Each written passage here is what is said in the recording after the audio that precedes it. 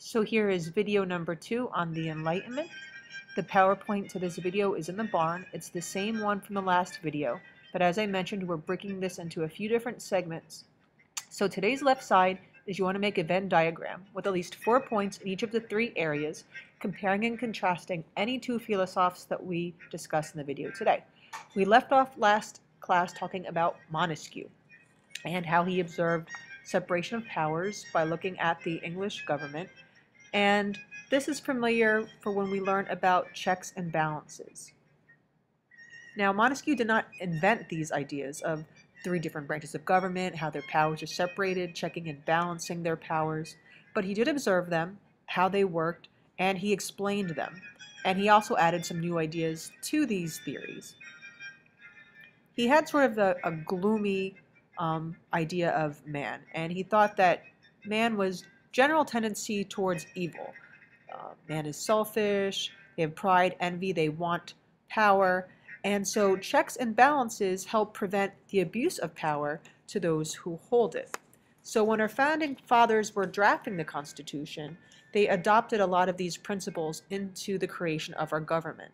James Madison and many others really, the huge part of our Constitutional Convention was actually on creating the 3 branches and how that they would check each other's power, what they could and could not do.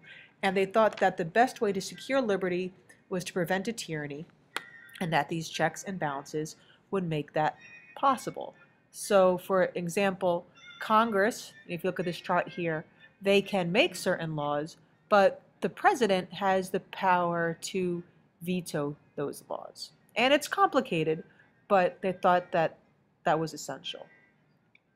Voltaire was a bit more pessimistic than other philosophes. Unlike, say, Thomas Jefferson, he didn't think that they could create this utopia. But he didn't envision a perfect world by any means, but he did think the world could be less bad, if you will, if people replaced ignorance and superstition, especially religious superstition, with rational thought. So that scientific philosophy there.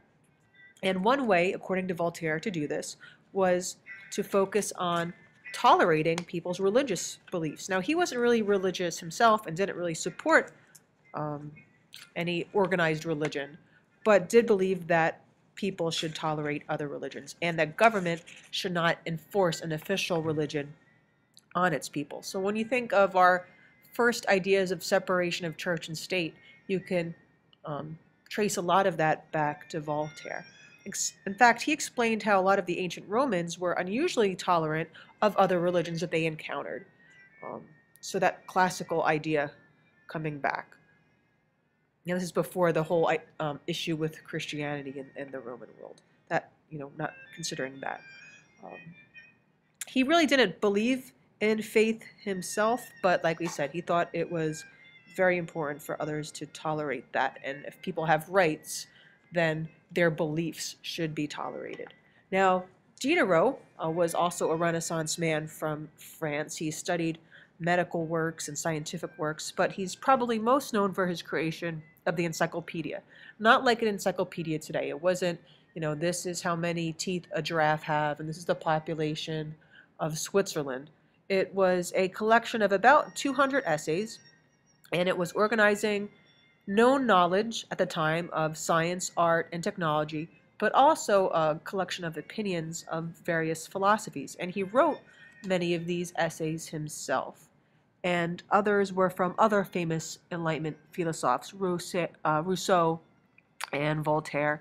And they were widely read and widely discussed by the philosophers. And it was actually banned in France a bit because it was critical of the Catholic Church. Okay, so moving on, economics was another area of life that philosophers tried to use the scientific method to figure out what sort of economy would work best. Adam Smith from England wrote lots of books, and some actually contradicted points of another, but that's another story. But in 1776, he wrote The Wealth of Nations, which has many different points. But the idea that the happiness of the individual relied on how the individual fit in society and how they lived in it.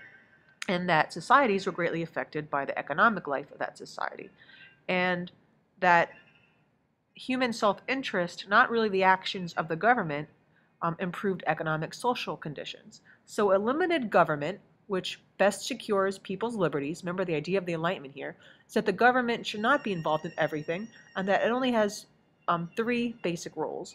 And first was to protect from invasion, right? A person could not be secure, cannot have liberty if they were a fear of getting invaded by another country, another army, being bombed, being attacked. Also, think of Rousseau and the social contract to protect, your property. That a government should also defend citizens from injustice, making sure that you are protected and your stuff is protected, and take course of action to ensure that that happens, or consequences if it doesn't. And also that government should help keep up public works, build bridges, roads, basic things for societies just to exist and to function. And nothing else is necessary. Think of all the roles of government today. Social security, welfare, school laws, science, all this stuff. He didn't think government should get involved. He eventually changed his mind a little bit on schools, but like I said, some of his writings actually contradicted each other. And this actually goes back to the failure of the Articles of Confederation to give government revenue. Well, I'm running out of time here. But the password is rubber ducky with an ice cream cone hat. All right, rubber ducky with ice cream cone hat. See you next class.